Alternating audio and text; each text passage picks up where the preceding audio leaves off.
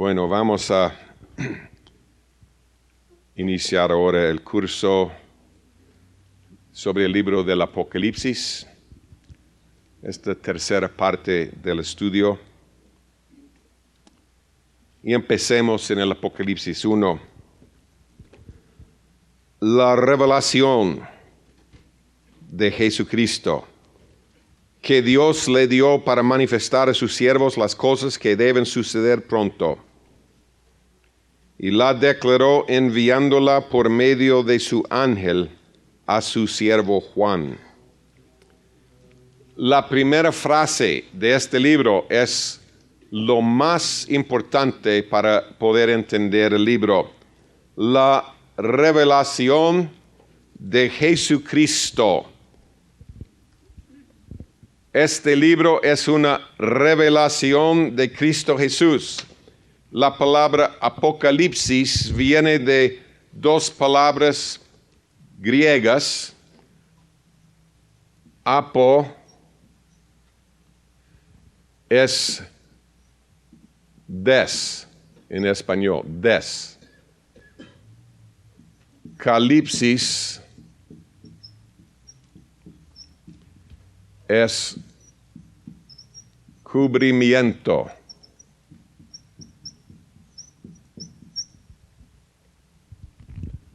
O sea, es el descubrimiento de Jesucristo.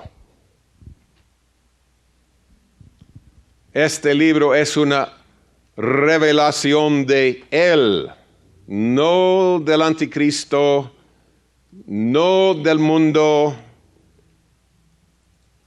sino de la gloria de Cristo Jesús en el tiempo del fin. Como dice él en el verso 8, yo soy el alfa y la omega, principio y fin. Este libro que habla acerca del fin es una revelación de aquel quien es el fin.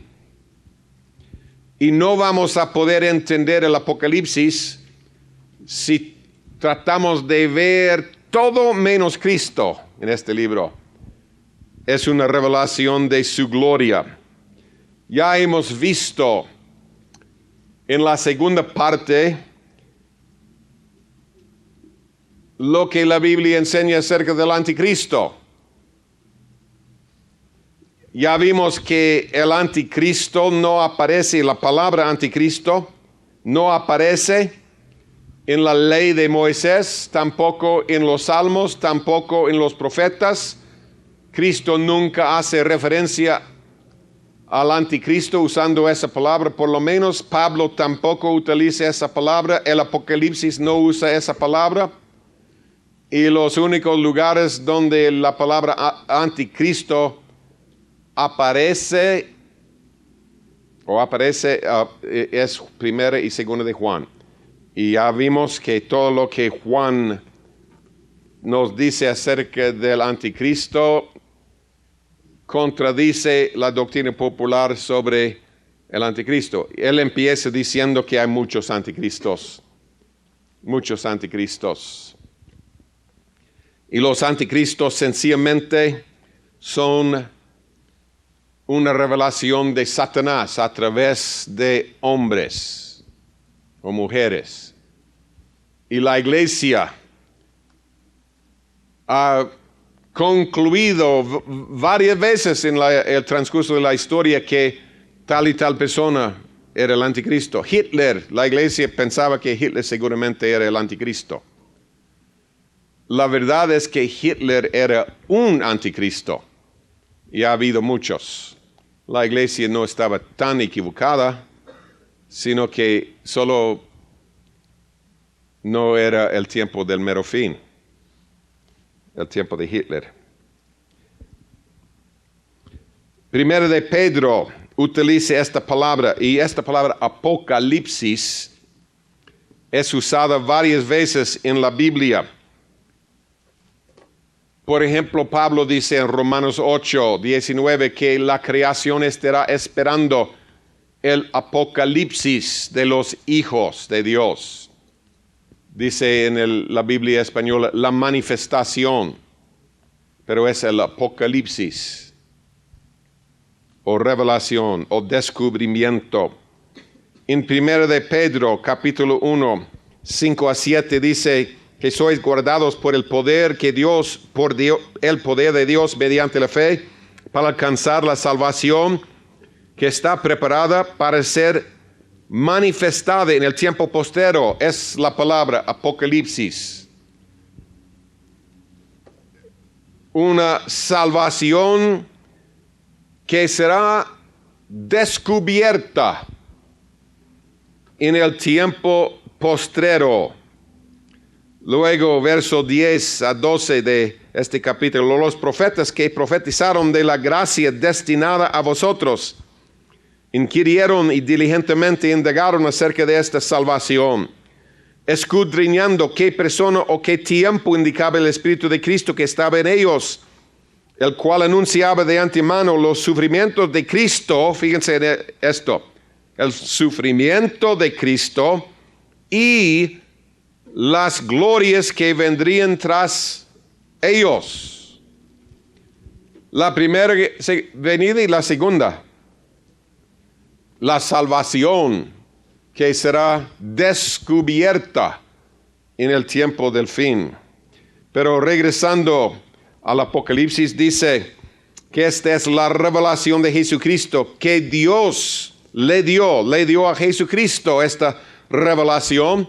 Obviamente la tuvo antes del Mateo 24. El Padre le dio esta revelación del fin en el tiempo de su vida y ministerio, para manifestar a sus siervos las cosas que deben suceder pronto. El concepto de Dios de tiempo es un poquito diferente al nuestro. ¿Sí? Estas son las cosas para Juan, para Dios, hace 2000 años, que iban a suceder pronto. Y nosotros, que sí creo que el Señor nos ha dado un poco de luz sobre el calendario, hemos esperado 9 años y decimos, no puede ser. 9 años. ¿Qué espera? ¿Qué demora, no? Unos minutitos, unos segundos. Las cosas que deben suceder pronto. Pero, por otro lado, veremos en el capítulo 2 y 3 que sí, algunas de estas cosas sucedieron pronto. Casi estaban ya empezando a suceder en el tiempo de Juan. O sea, el libro no tiene que ver solo con el tiempo del fin o la segunda venida y 2000 años después. También hay cosas en este libro que abarcan eventos históricos. Y dice, y la declaró enviándola por medio de su ángel a su siervo Juan. Esto impacta mi corazón. Esta revelación del fin no le fue dado a Pedro, a Santiago, sino a Juan. ¿Y por qué a Juan? ¿Recuerdan que Juan estaba recostado sobre el pecho de Cristo en el aposento? Pedro le dice a Juan, pregúntale quién es el traidor. Juan tenía un amor especial para Cristo. Y como aprendimos en la primera parte del estudio, como George Washington Carver dijo, si amamos algo lo suficiente, va a revelarnos sus secretos. Amén.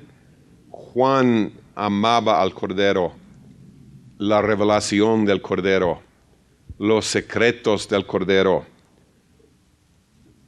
Y Juan también amaba algo más, el principio.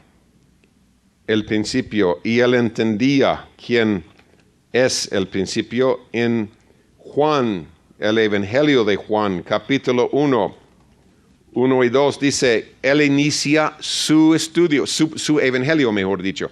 Él inicia su evangelio con estas palabras, en el principio. En el principio. Y la primera palabra que Cristo mismo dice en el Apocalipsis Es verso 8. Yo soy el principio y el fin. Juan amaba el principio. Luego en 1 de Juan, capítulo 1, fíjense en cómo Juan inicia esta epístola. La primera frase, lo que era desde el principio. Juan tuvo una revelación del principio. Y amaba el principio y era el hombre indicado para recibir la revelación del fin.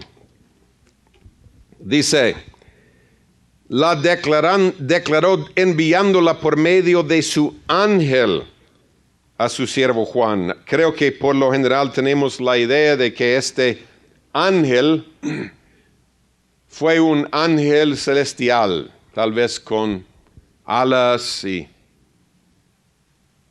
sin cuerpo, que Juan vio en una visión.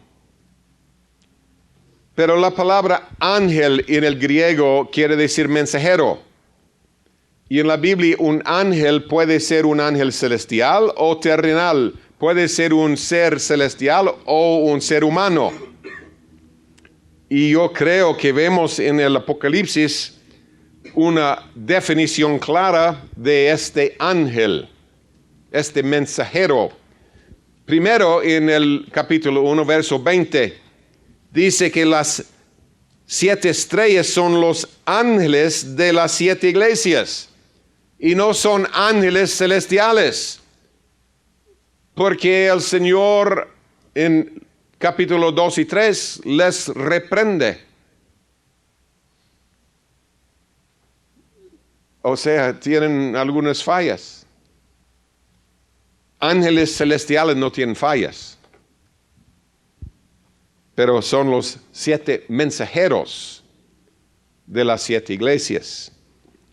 Luego, en el capítulo,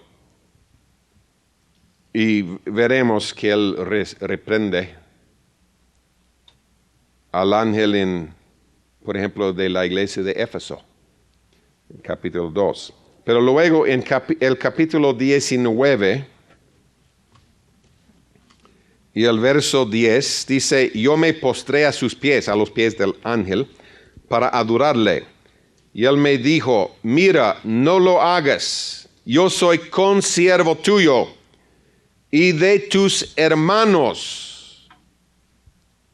Fíjense, soy de tus hermanos. ¿Eso es un ángel celestial? ¿Alguien que es uno de los hermanos? ¿De entre los hermanos de Juan? No hermanos físicos, por supuesto. Que retienen el testimonio de Jesús. Adora a Dios, porque el testimonio de Jesús es el espíritu de la profecía. Está diciendo, yo tengo el espíritu de profecía. Y luego, en el capítulo 21 y verso 17, dice, y midió su muro 144 codos de medida de hombre, la cual es de ángel. La cual es de ángel. Y lo que el griego realmente dice, según las medidas de un hombre, eso es del mensajero. Es lo que el griego dice. Según las medidas de un hombre, eso es del mensajero. Luego en 22, 6 a 9, y me dijo, estas palabras son fieles y verdaderas. Y el Señor, el Dios de los espíritus de los profetas, ha enviado su mensajero, su ángel, para mostrar a sus siervos las cosas que deben suceder pronto. He aquí, vengo pronto. Bienaventurado el que guarde las palabras de la profecía de este libro. Y yo, Juan, soy el que oyó y vio estas cosas. Y después que las hube oído y visto, me postré para adorar a los pies del ángel que me mostraba estas cosas. Pero él me dijo, mira, no lo hagas, porque yo soy consiervo tuyo de tus hermanos los profetas. y de los que guardan las palabras de este libro, adora a Dios. Entonces el mensajero que le dio a Juan este libro era uno de los ¿qué? Profetas. Algunos tratan de cambiar el significado aquí. No es eso, no quiere decir eso. No, es lo que dice. No es lo que quiere decir, es lo que dice, ¿no? No tratemos de cambiarlo. Que este mensajero fue uno de los profetas, o era uno de los profetas. Yo tengo mi sospecha. ¿Quieren oír mi sospecha? El hecho de que el libro de Ezequiel es paralelo en extremo a este libro, empieza con la misma visión, da los mismos juicios, muestra el templo, mide el templo, come el rollo, ve gente marcada en la frente. Ese es un mensaje tremendamente paralelo a este libro. ¿No sería probable que, ya que es el mensaje de Ezequiel, que fuera él el indicado para explicárselo a Juan? Solo una sospecha. Pueden decir quien quieren. No, Jeremías, no, Daniel, Isaías. Pero este mensaje es un mensaje de Ezequiel. Tal vez no fue escogido, pero solo es mi sospecha, no es una doctrina. ¿Está bien? Capítulo 1, verso 2. Que ha dado testimonio de la palabra de Dios, del testimonio de Jesús y de todas las cosas que ha visto. Dice testimonio, pero en la boca de ¿cuántos tiene que ser un testimonio? 2. Y creo que es, desde el principio estamos viendo un testimonio, y creo que en este libro hay 2 testigos, no solo en el capítulo 11, sino en el libro mismo. Creo que el libro está dividido en 2 partes. Que primero el ángel da el mensaje, el mensajero, y después Juan mismo ve las cosas y él da y confirma el mensaje como otro testigo. Cada palabra tiene que ser confirmada en la boca de 2 o 3 testigos. Bienaventurado el que lee y los que oyen las palabras de esta profecía y guardan las cosas en ella escritas, porque el tiempo está cerca. Fíjense que hay 3 requisitos para recibir esta bendición. Tenemos que leer este libro, tenemos que oír la palabra viva.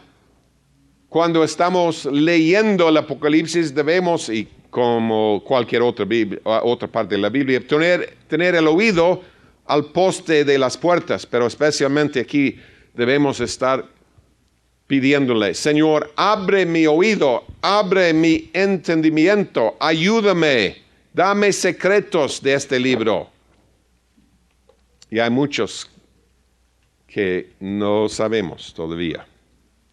Apenas hemos empezado a entender el libro. Pero la tercera cosa aquí, requisito aquí, es obedecer, es andar a la luz de lo que el Señor nos da aquí. Andemos a la luz de las revelaciones en este libro. Verso 4. Juan a las 7 iglesias que están en Asia. Este libro fue escrito a las 7 iglesias de Asia.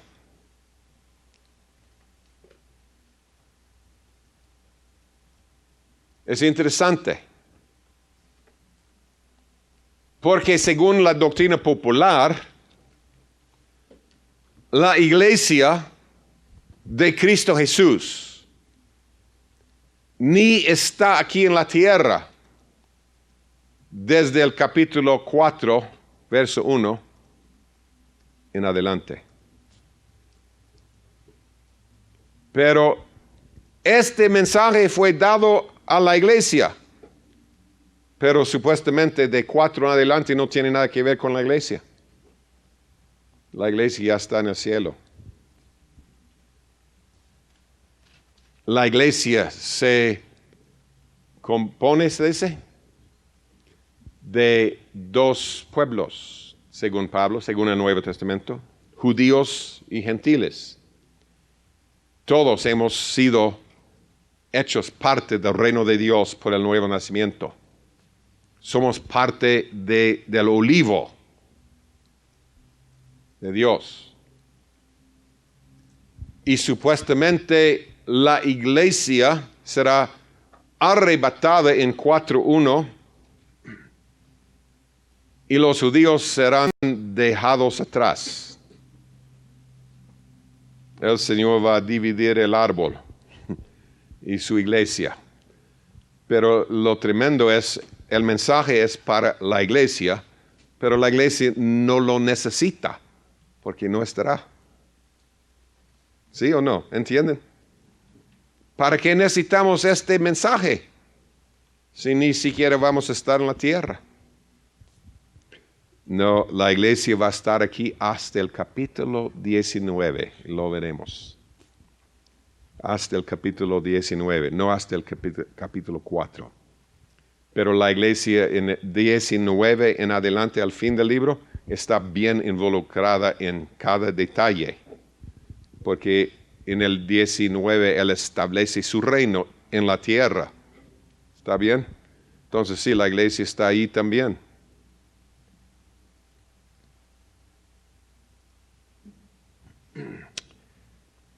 Fíjense en el capítulo 13, verso 7.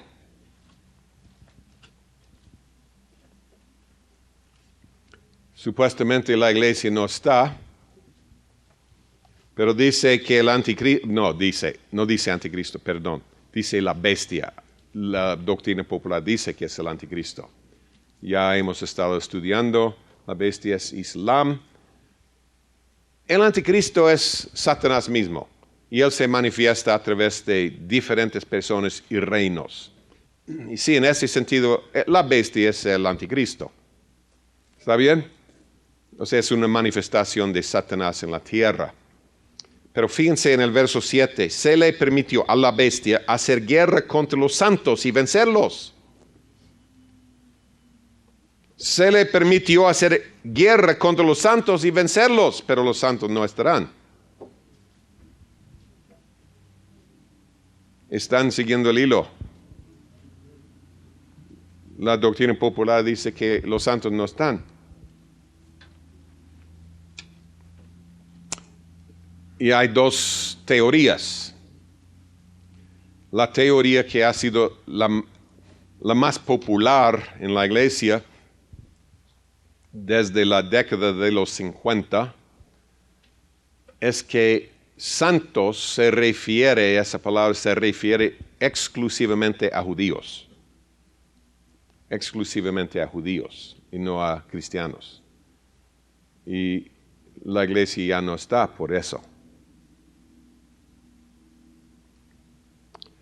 La otra teoría es lo que se presenta en la famosa serie de libros que se llama ¿qué? Dejados atrás, que son los cristianos tibios y no van en el rapto, son dejados atrás y después se ponen muy en serio con Dios y supuestamente según esa doctrina el Espíritu Santo ya no está en la tierra. ¿Recuerdan? Ojalá que no muchos hayan leído los libros, porque son fábulas y hay un espíritu detrás de ese mensaje. Pero no los he leído, solo conozco la doctrina y ellos mismos dicen que es la base de los libros, que la historia es ficción, pero que la doctrina es bíblica, es lo que dicen. su doctrina sobre la cual las historias están basadas. Supuestamente es doctrina bíblica. Y lo que creen es que algunos cristianos que no han buscado al Señor fielmente van a ser dejados atrás y que ellos son los santos que serán perseguidos. Lo único es que los santos que son matados por la bestia van a reinar en el milenio. Y el Señor dice en el principio del libro que los tibios serán vomitados de su boca. Eso nos da la idea de gente que va a reinar con Él. Es un poco incongruente. Ahora, yo tuve la experiencia de pasar un rato con el hombre que supuestamente inventó, que comprobó que en el Nuevo Testamento, tengo su libro, supuestamente él prueba ahí que en el Nuevo Testamento, cada lugar donde aparece la palabra santos, siempre está hablando de los judíos y nunca de la iglesia. Siempre está hablando de Israel y nunca de la iglesia. Bueno, murió hace poco, pero llegó a ser muy famoso por esa idea. Y que qué alivio. Cuando el Apocalipsis habla de los santos, está hablando exclusivamente de Israel en la tierra en el tiempo de la bestia. Pero yo estaba con él en su oficina, tal vez, en el seminario que tal vez es el más famoso de los Estados Unidos, seminario teológico. Y yo estaba compartiéndole que cualquier cristiano creyente en Jesús es un judío. Y se enojó mucho. ¿Ustedes recuerdan la historia? ¿No? Creo que sí. Bueno, lo repasamos un poquito. Cada rato estaba en su sillón ahí detrás de su escritorio enorme. Yo con un amigo y estábamos hablando sobre el tiempo del fin. Y cada rato él se echó para atrás, ¿recuerdan? Puso su dedo pulgar aquí. Basura. Absurdo. Ahora sí recuerdan. Es quien dijo, Israel es Israel, la iglesia es la iglesia. Son dos pueblos diferentes, con dos mensajes proféticos diferentes, dos propósitos diferentes, dos fines, destinos diferentes. Y tu problema es que estás tratando de exaltarte en una posición a la cual no has sido llamado a ocupar, diciendo que tú eres judío. En eso yo le dije, Señor, yo sí soy judío, con un pasaporte israelí, pero estoy aquí para decirte que tú estás rechazando una posición a la cual has sido llamado a ocupar. Y él también se lanzó para atrás, pero esta vez no con el dedo aquí, asustado. Y yo le dije, leamos lo que Efesios dice. Ahora fíjense y estoy explicándoselo por una razón. La razón es dos. Primero, santos son cristianos, judíos o gentiles.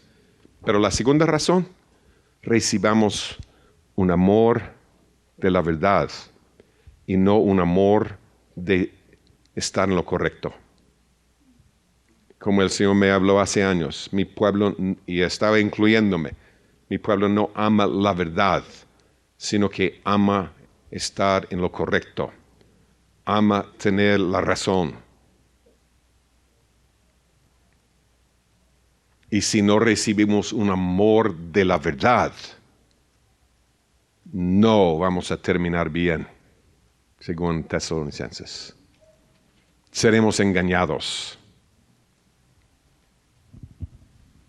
Ahora, yo sabía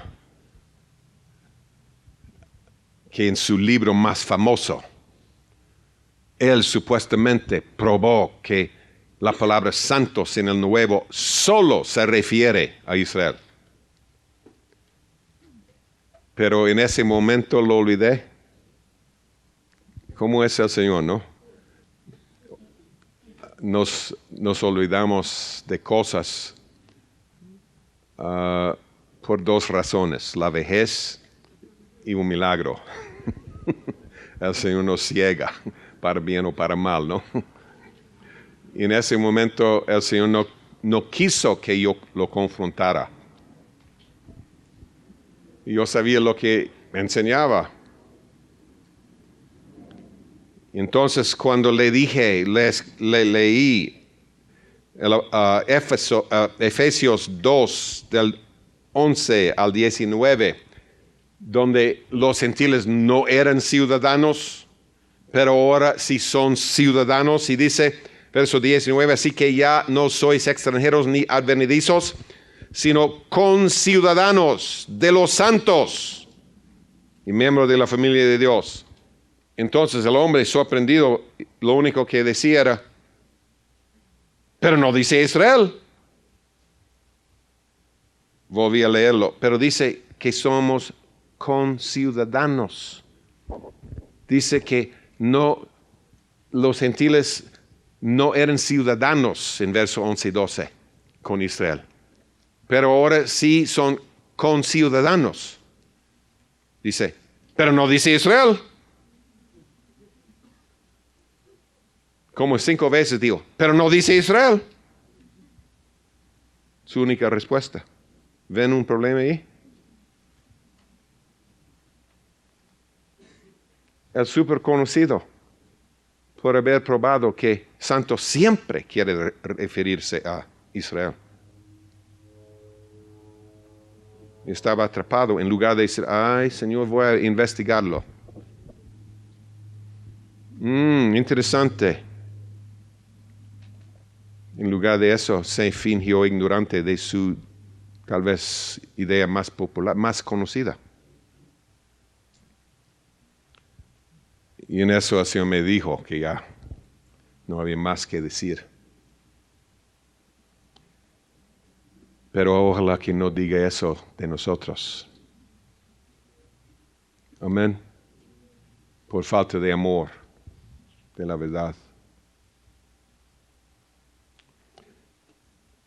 La verdad es que santos en el Nuevo Testamento, cuando Pablo escribe a los de Gálatas, llamándoles santos, él no está escribiendo su carta a solo judíos. Está escribiendo su carta a toda la iglesia compuesta de judíos y gentiles. Amén. Sigamos.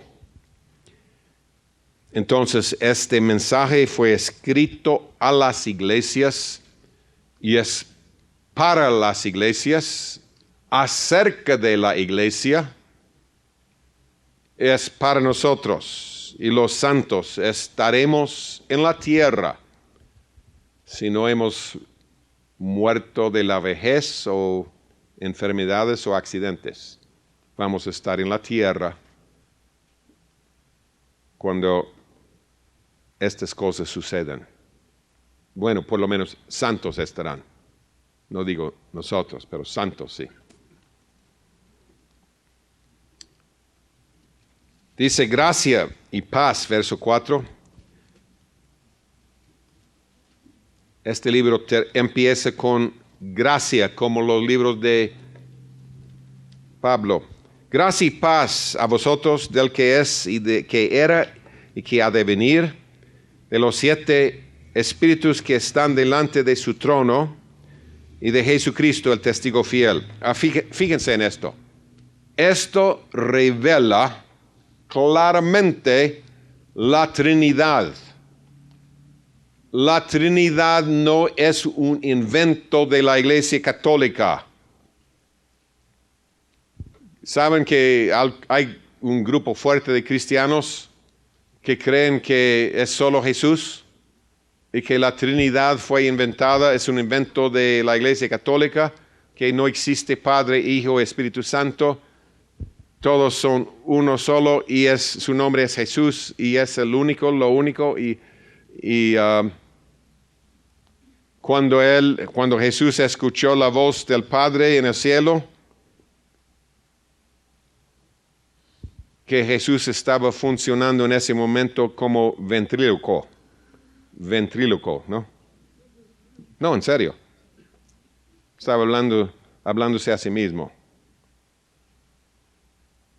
Porque Él es el Padre, el Hijo y el Espíritu Santo.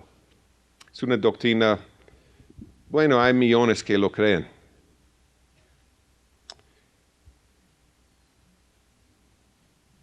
Pero aquí dice que hay uno en el trono. Amén. Capítulos 4 y 5 los veremos. Que hay alguien en el trono y el Cordero se acerca a aquel quien está en el trono y recibe de su mano el rollo, el libro. ¿Quién es el Cordero? Cristo Jesús. No es la misma persona. Son uno, sí. ¿En qué sentido? Como la iglesia dice. Padre, tú y yo somos uno, como ellos serán uno. Ahora, ¿cómo seremos uno? ¿Vamos a todos abandonar nuestros cuerpos y espíritus? Y ya no habrá individuos. No, nunca seremos uno así. No es la meta. La meta es que todos tengamos un solo espíritu. ¿Sí? El Espíritu Santo. Que sea la fuente de nuestra vida, su vida, la vida del Señor.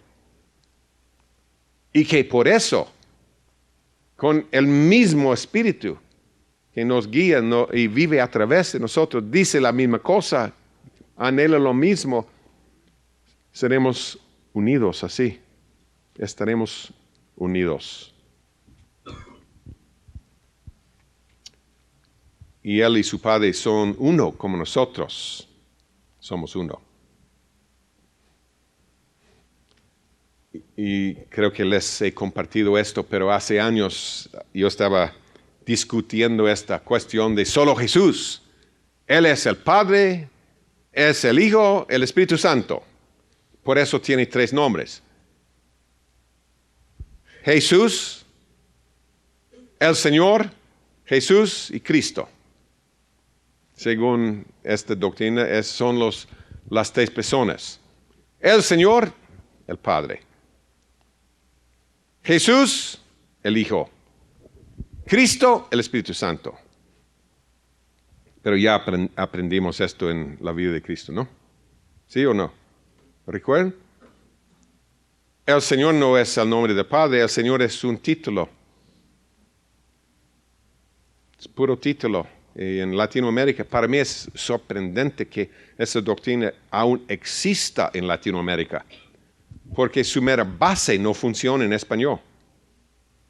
Porque dicen que Padre no es título. Dice que debemos bautizar en el nombre del Padre, del Hijo y del Espíritu Santo. Padre no es nombre, es título.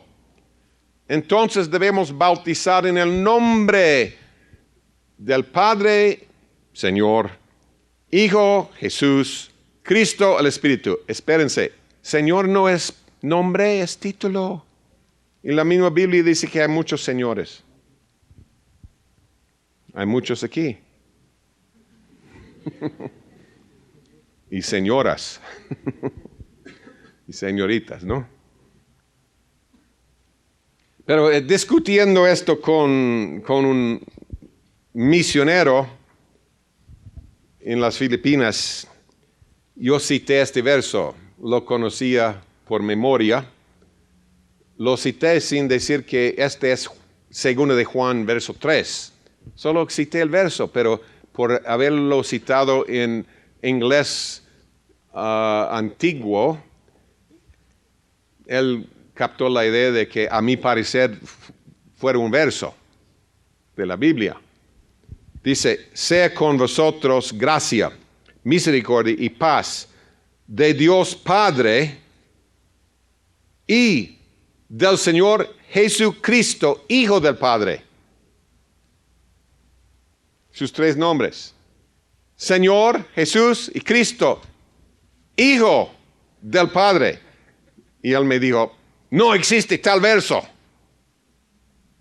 No solo existe, pero Pablo y otras escrituras hablan mucho del Señor Jesucristo, el Hijo y el Padre, que van a darnos gracia. ¿Está bien? Entonces aquí en el Apocalipsis vemos la Trinidad. Aquel que está sentado en el trono, y lo vemos también en Daniel, ¿recuerdan? Lo vemos en Daniel 7, 9 y 13, que hay un anciano sentado en el trono y el Señor Jesús se acerca al trono para recibir el reino. Y entonces aquí encontramos a alguien sentado en el trono, encontramos a Jesucristo, el testigo fiel, y encontramos los 7 espíritus que están delante de su trono, que son el Espíritu Santo, sus 7 manifestaciones. Ahora, del verso 5 al 18, este pasaje es el meollo del libro del Apocalipsis. Este pasaje es lo que Él quiere revelarnos acerca de Jesucristo.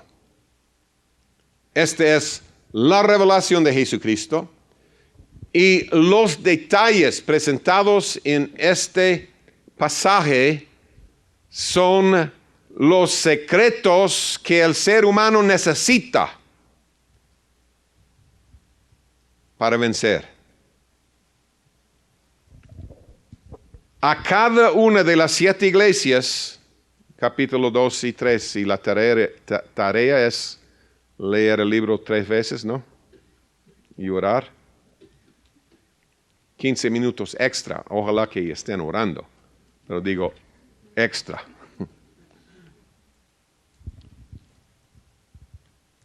En el capítulo 2 y 3, Él les da a 7 iglesias un mensaje. Y Él empieza su mensaje a cada iglesia con una revelación específica que se ve en el capítulo 1, de su gloria, de su naturaleza. Y en cada caso es el secreto para esa iglesia, para poder vencer, para conquistar su problema. Y esta revelación es todo lo que necesitamos para terminar la carrera y dar en el blanco. Empecemos en el verso 5. Y de Jesucristo, el testigo fiel.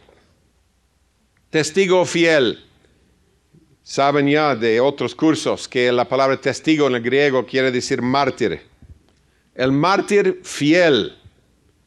Aquel que puso su vida, y lo veremos, es el contexto aquí, que murió, el testigo fiel.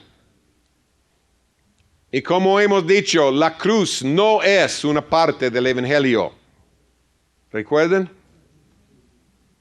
La cruz es el Evangelio. Es el Evangelio. Y aquí empieza. la revelación de Jesucristo, el mártir fiel, el testigo fiel. Y nunca vamos a poder ser canales, vasos, que manifiesten esta vida al mundo si nuestra caminata no incluye a diario la cruz, la abnegación. Por supuesto, ¿cómo vamos a revelarle al mundo la vida de Cristo si no vivimos como Cristo, como Él vivía? Él llevaba su cruz diariamente y nos invitó, si queremos ser sus discípulos, dice que tenemos que tomar nuestra cruz y llevarla todos los días. ¿Cómo podemos manifestar la vida de Cristo Jesús al mundo sin llevar la cruz? Porque Él llevaba la cruz todos los días, la abnegación. Así es su naturaleza.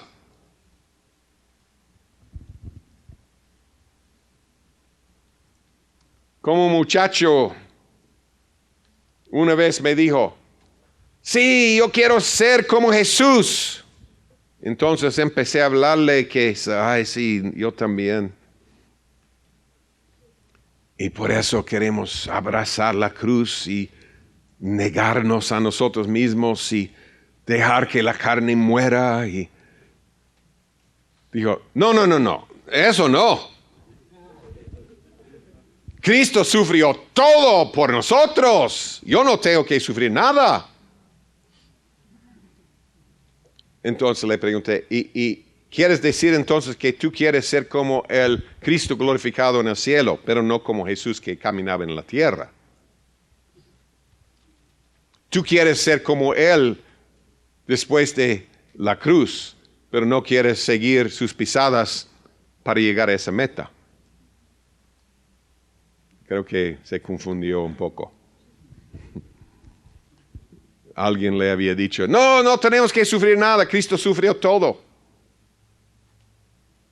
por nosotros, entonces estamos solo en día de fiesta. Hasta que lleguemos al cielo para el día de fiesta eterno.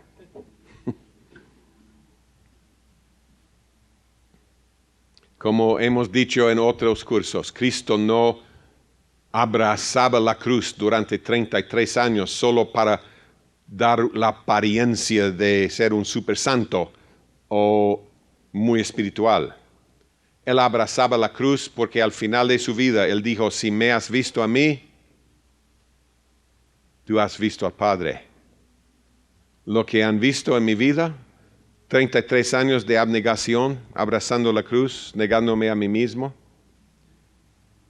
poniendo mis derechos, perdiéndolos,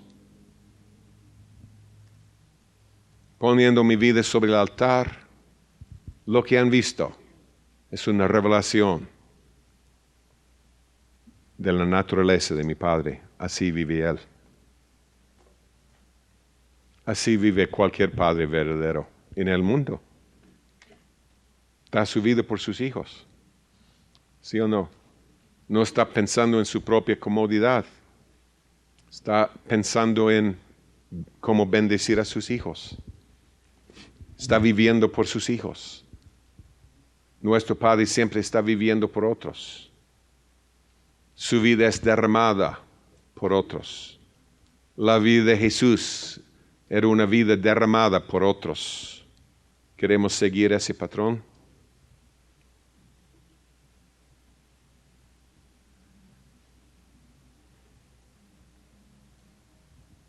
¿O queremos buscar la comodidad?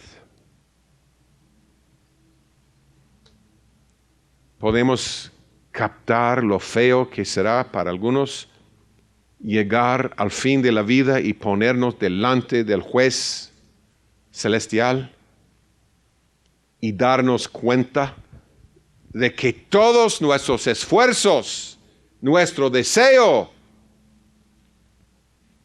era proteger nuestra comodidad y derechos y vivir por nosotros mismos. qué vida más vacía. ¿O no? La historia del hombre rico que fue al infierno, murió y se encontró en el infierno. Yo pienso con frecuencia en él. Dice que él vivía suntuosamente, se dice, todos los días. No solo habla de su comida, sino de su forma de vivir. Una forma suntuosa, o sea, siempre consintiendo su carne. Señor, rescátanos de vivir así, consintiendo nuestra carne y todos los días tratando de proteger nuestro espacio y nuestra comodidad y nuestros derechos, viviendo por esta carne que triste.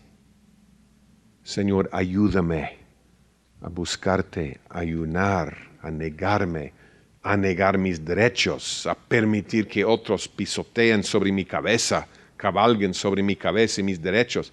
Ayúdame a someterme a ese camino para terminar con Lázaro en el seno de nuestro padre Abraham.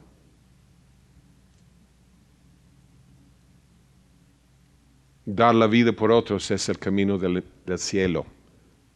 Vivir la vida por nosotros es el camino al infierno. Dar nuestra vida por otros es como José revela en el Génesis. Él no tuvo mucha oportunidad de escoger inicialmente, pero después sí.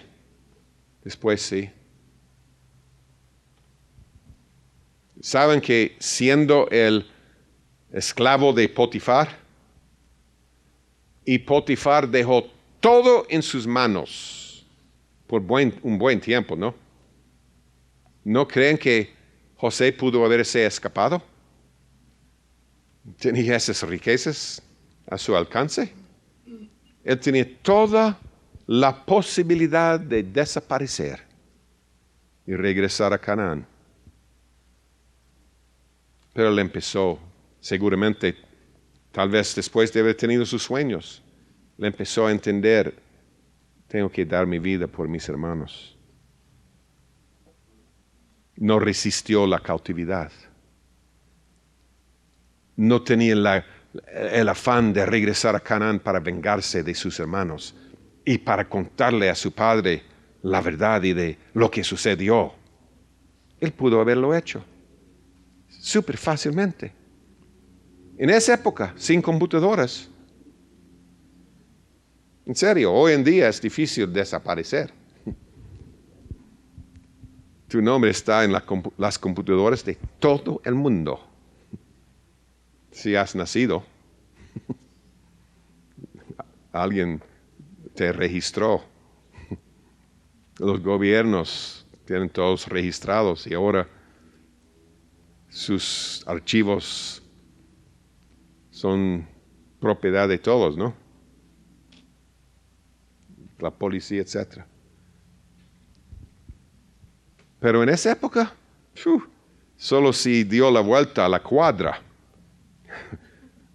casi nadie lo hubiera reconocido. Y en un día de viaje, libre. Ese hombre nunca lo hubiera encontrado. Tenía toda la posibilidad de huir. Pero se quedó ahí, dando su vida, derramándose, sabiendo que el Señor iba a usarlo para salvar a otros. ¿Tú sabes que el Señor quiere usarte para salvar a otros? ¿Lo sabes? Pero no vamos a lograr esa meta sin ninguna cruz, sin ningún precio, sin matar la carne. Porque al matar la carne, la vida de Cristo brota. Y es la vida de Cristo que el mundo quiere ver. La revelación de Jesucristo, no la nuestra. El mundo no tiene interés en conocerte como el gran evangelista, el más famoso de la historia. No. El mundo quiere oír de Jesús. Los griegos quieren ver a Jesús, no a nosotros. Jesucristo, el testigo fiel, el primogénito de los muertos. Fíjense en lo importante de esta expresión, el primogénito de los muertos. Podríamos decir que no, pero Lázaro resucitó de entre los muertos antes. Aún gente en el Antiguo Testamento resucitó. Cristo no era el primogénito, fue el primogénito entre los muertos. Pero fíjense en la palabra primogénito, en el griego quiere decir el primero que es engendrado. El primero que es engendrado. Él no está refiriéndose aquí a una resurrección física únicamente. Por supuesto, Él resucitó físicamente, pero esto es mucho más profundo. Él resucitó espiritualmente. Como hemos visto en 2 de Corintios 5, 21, Él llegó a ser pecado. Él llegó a ser pecado.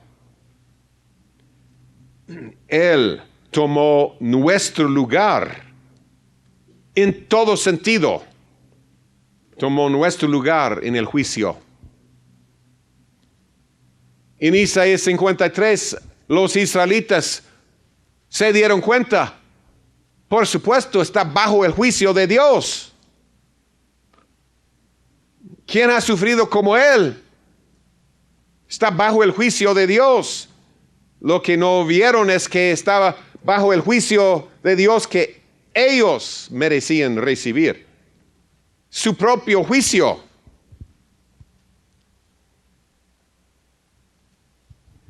Él probó la muerte, dice Hebreos 2:9, para todos nosotros. Él tomó nuestro lugar. Él experimentó la muerte, no solo física, sino emocional y espiritual. Lo estudiamos en la vida de Cristo. Amén. Él murió, cuerpo, alma y espíritu. Cuando dijo, Dios mío, ¿por qué me has abandonado? No era solo para decir algo poético. Era el problema principal que Cristo no quería confrontar. El corte de su relación íntima con su Padre. Él nunca había experimentado el fin de la relación íntima con el Padre y Él no quiso. Por eso, su alma repugnaba la copa en Getsemaní.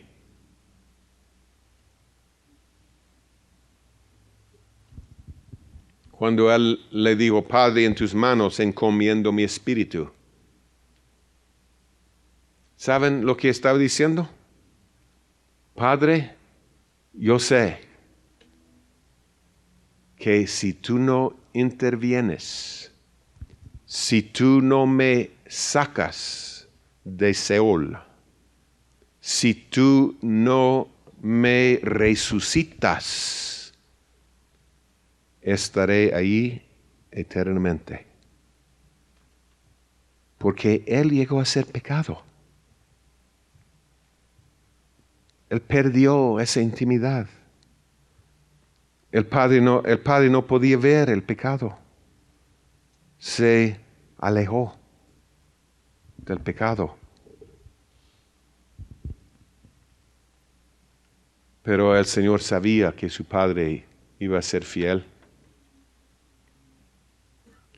Como dice, porque no dejarás mi alma en el Hades, ni permitirás que tu santo vea corrupción.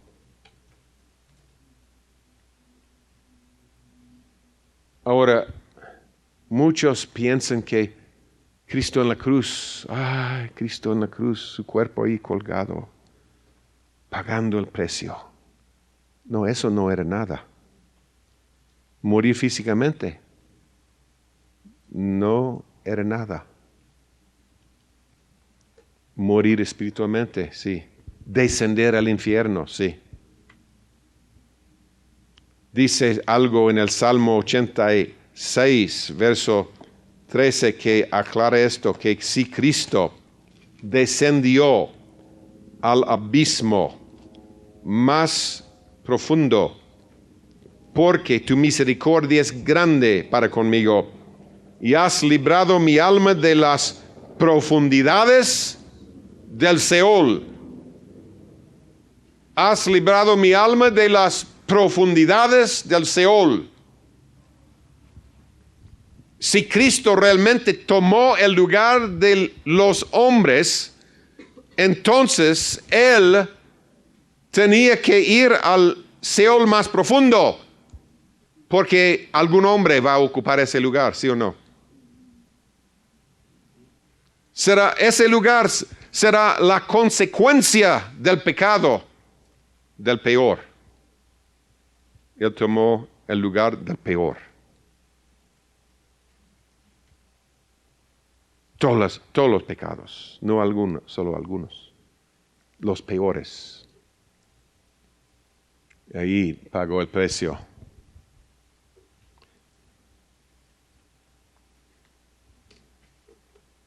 Y dice, como Jonás estaba por 3 días, así estaré yo.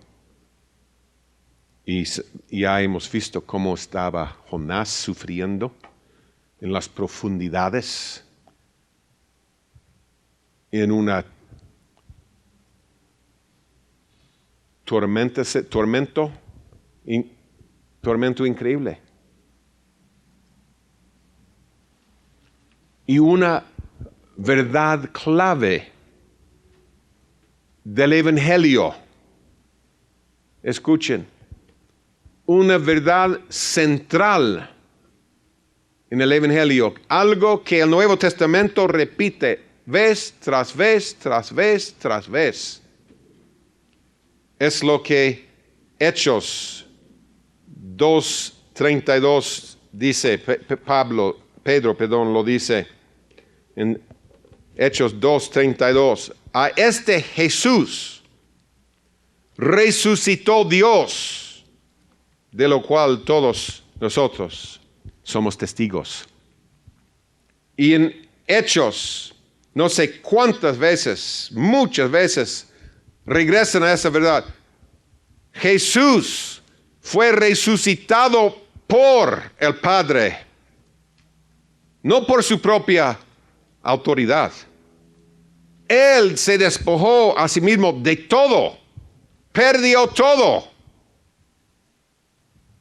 perdió su vida y poder.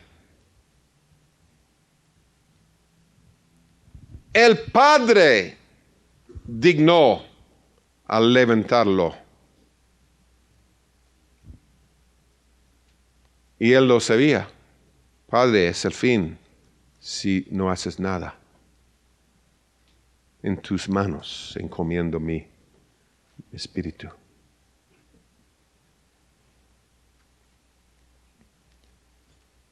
El Padre lo resucitó. El Padre respondió a su sacrificio.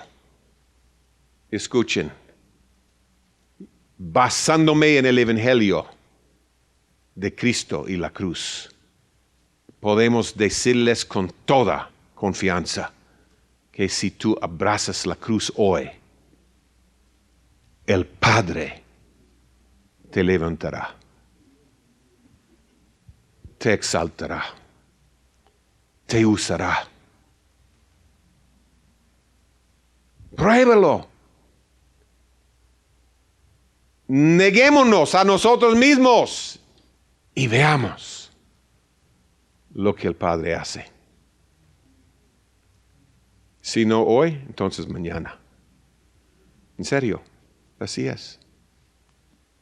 Oh, qué Padre es el nuestro. El problema es que no nos gusta la idea de morir. Y como Hebreos dice en capítulo 2, 15 a 17, que debido al temor de la muerte, nosotros pasamos toda la vida en ataduras, sin la libertad gloriosa de los hijos de Dios. ¿Cuántos aquí tenemos problemas hoy en nuestra vida espiritual? Necesidades. ¿Cuántos tenemos necesidades? ¿Cuántos hemos visto las debilidades, los fracasos, fallas, hasta pecados?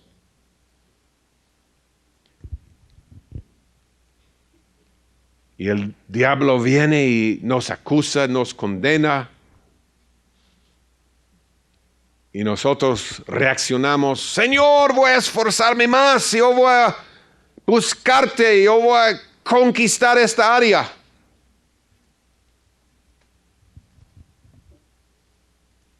Tú no vas a hacer nada. No vas a lograr nada. La respuesta a lo que es Marvin Byers es que él muera y que hay un apocalipsis de Cristo Jesús en este templo. Él es la respuesta para cada necesidad que tienes. Él es la respuesta. Más de Él, más de su vida. Por eso nos invita a ir a la cruz. Por eso Él nos invita a negar la carne.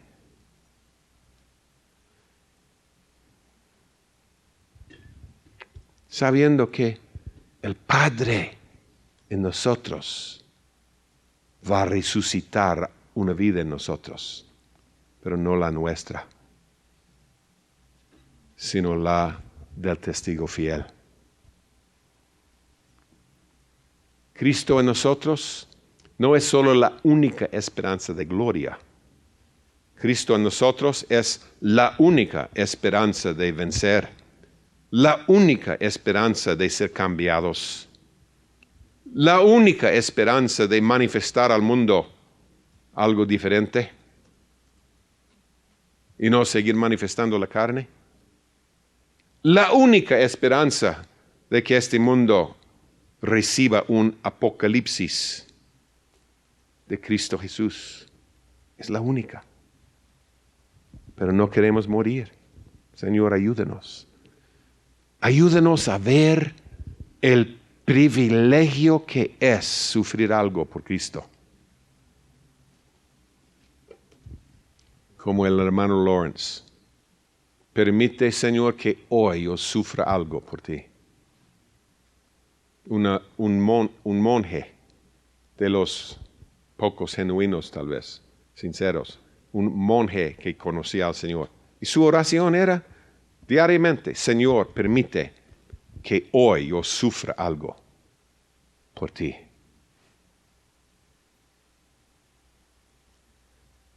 Oh Señor, ayúdenos.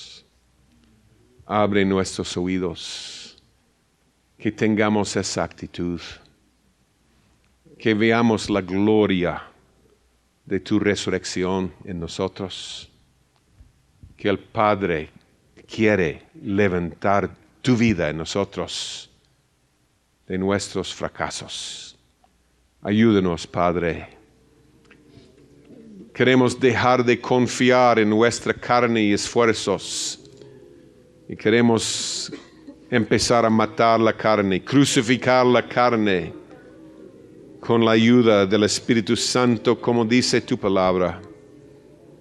Oh Señor, queremos ser derramados por otros. Queremos entregar nuestra vida por otros. No queremos pasar la vida consintiendo la carne, buscando nuestro propio bien y comodidad, Señor. Oh, abre los ojos de tu pueblo aquí, Señor. Hoy mismo abre nuestros ojos para ver la gloria del Cristo resucitado y que tú puedes vivir en nosotros, Señor. Gracias, Cristo. Gracias, Señor. Oh, gracias por tomarnos en cuenta, Señor. Gracias por tomarnos en cuenta. Oh, Cristo Jesús.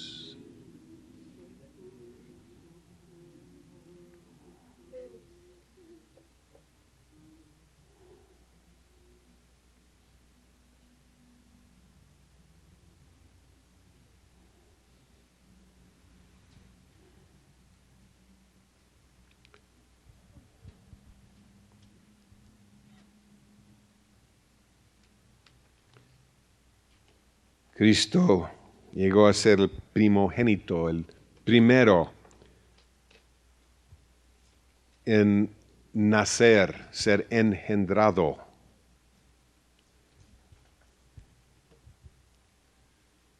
Hay diferencias de opinión de lo que esto quiere decir. Quiero explicarles lo que veo. Que es el primer hombre de Adán que experimentó la restauración plena, completa de la comunión con el Padre. Yo he dicho que es el primer hombre que ha nacido de nuevo.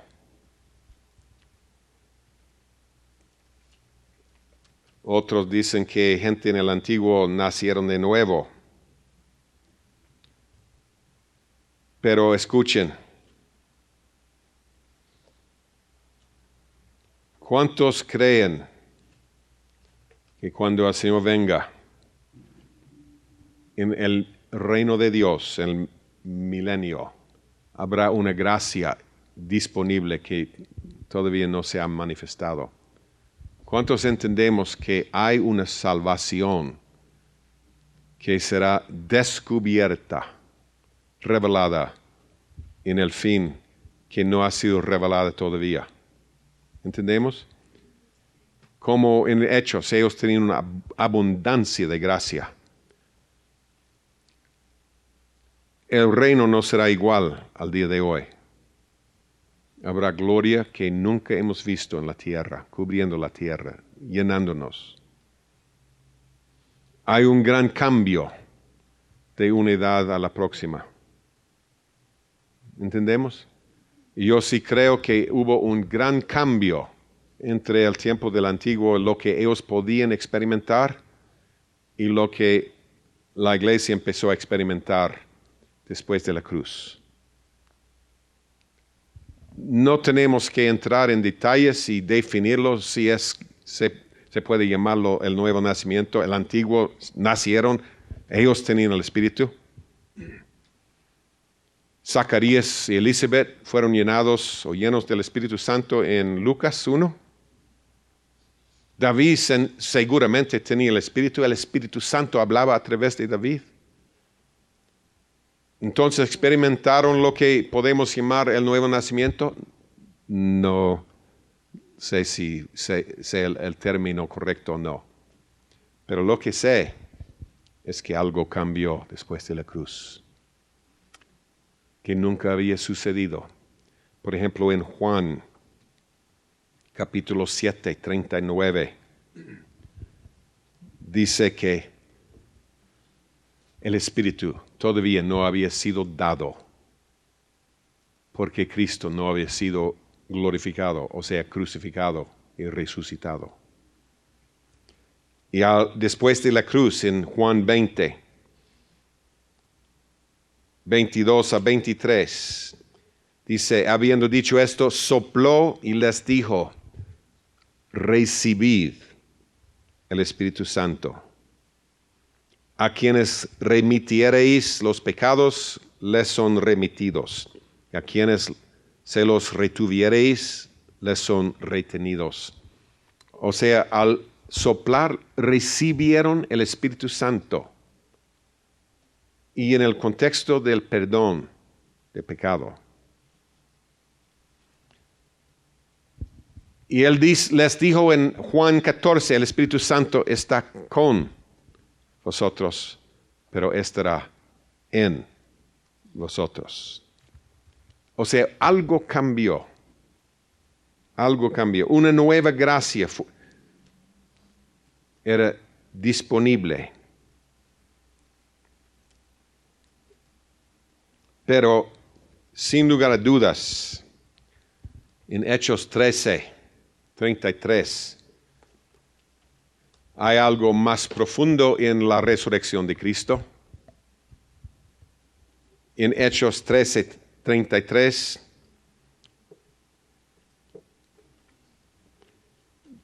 dice, hablando de la promesa hecha a los padres, la cual Dios ha cumplido a los hijos de ellos, a nosotros, resucitando a Jesús, como está escrito también en el Salmo 2, mi hijo eres tú, yo te he engendrado hoy. Resucitándolo, dice, tú eres mi hijo, que mi huios. Los del segundo año entienden el término huios. Sí, también del primer año. Sí, ya entienden huios, ¿no? Y sin lugar a dudas, cuando Cristo resucitó, ese momento fue el momento de su huiothesia. ¿Cuántos recuerdan esa palabra? ¿Sí? Su huiothesia. Adopción. No tiene nada que ver con la adopción moderna. Existía la adopción moderna en esa época, pero huiothesia no tiene nada que ver con esa adopción. Es la colocación de hijos maduros. ¿Entienden? Cristo fue colocado como hijo maduro y el Rey de Reyes y Señor de Señores y la cabeza de la iglesia cuando el Padre lo resucitó. Sí, la voz del cielo, el Padre le dijo, tú eres mi Hijo amado en quien tengo complacencia. Pero como Abraham recibió la promesa varias veces, pero cuando finalmente Isaac fue puesto sobre el altar, Dios le dijo, ahora sí voy a cumplir la promesa. O sea, es obvio, si Abraham no hubiera puesto Isaac sobre el altar, hoy ni leeríamos de Abraham, de su vida. Al poner el hijo sobre el altar, la promesa fue cumplida para Abraham. La seguridad de que iba a ser cumplida, mejor dicho, ¿no? Lo mismo con Cristo. Este es mi Hijo amado en quien tengo complacencia. Pero si Cristo se hubiera extraviado, no, hasta que murió en el altar y fue resucitado. En ese día, Él fue puesto como un huios, el hijo maduro, en su posición. Y es bíblico. En ese momento Él fue puesto en su posición a la mano derecha del Padre.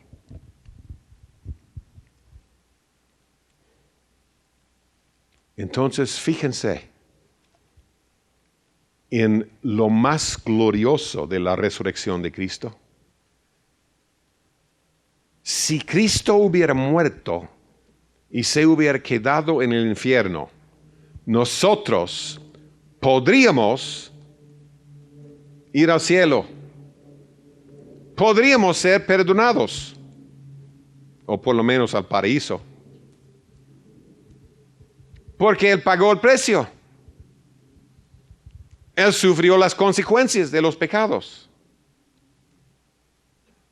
Pero cuando Cristo fue resucitado, cuando Él salió de la tumba, Él llegó a ser capaz de compartir con nosotros no solo el perdón, sino su misma vida. Su misma vida. Él puede vivir a través de nosotros ahora. ¿Entienden? Él puede compartir con nosotros lo que Él es. Él puede dar una revelación, apocalipsis de su vida a través de nosotros.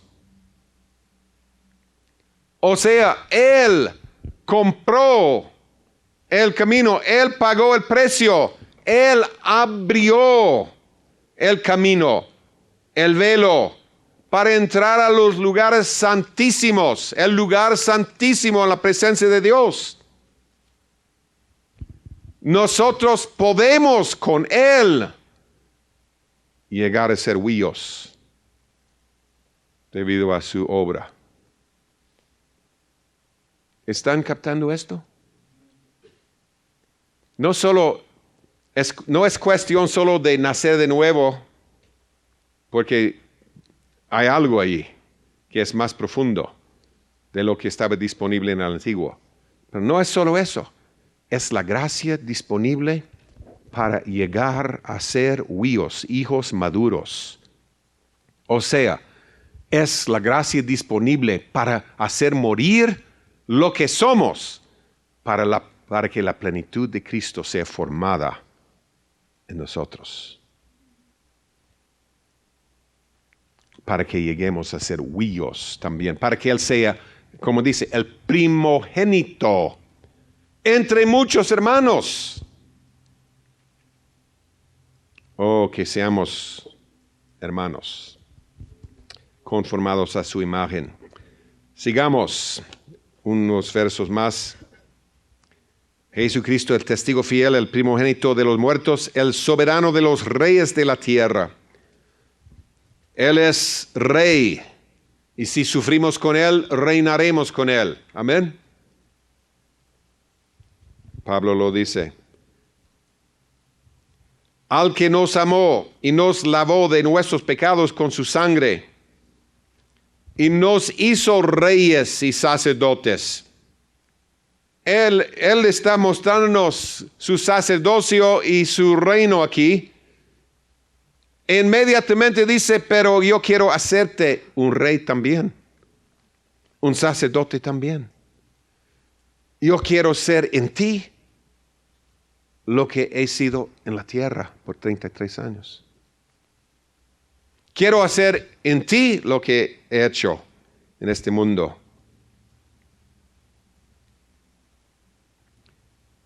Nos hizo reyes y sacerdotes para Dios su Padre.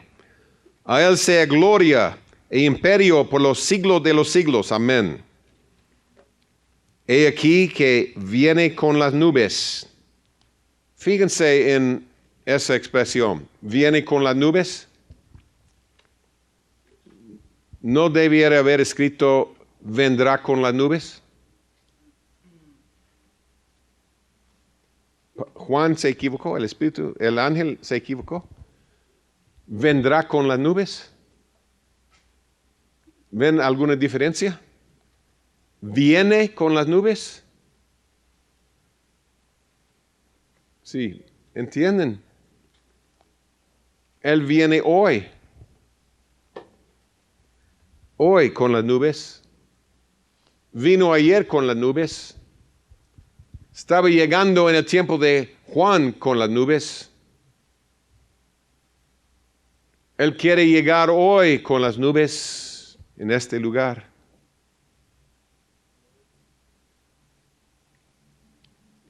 ¿Y qué son nubes? Hombres. ¿Recuerden? Los testigos es una nube de testigos. Judas habla de personas que son nubes sin agua. Job era una nube con la lluvia tardía.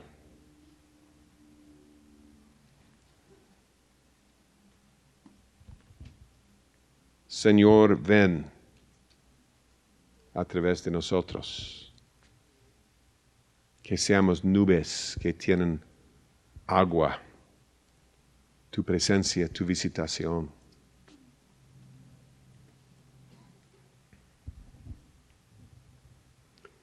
Y dice, todo ojo le verá. Y los que le traspasaron, y todos los linajes de la tierra harán lamentación por él. Sí, amén. Todo ojo le verá. Cuando él venga, sí, todo ojo le verá. ¿Cómo será? He oído diferentes teorías. ¿Cómo será que cada ojo en el mundo verá al Señor cuando él venga? Algunos han dicho, ay, sí, por supuesto, por la tele. Entonces yo no lo veré, porque no tengo la tele. ¿Será que tendré que ir a mis vecinos?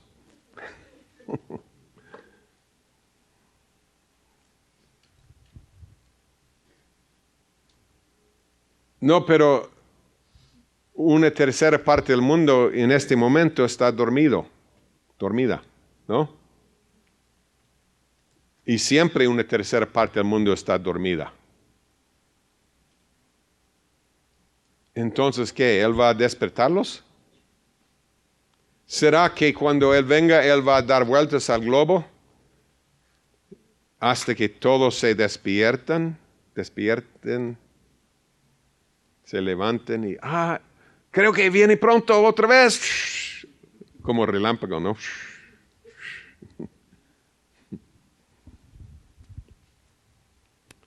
¿Qué quiere decir esto? ¿Cómo será? Cuando regresemos del descanso, vamos a ver.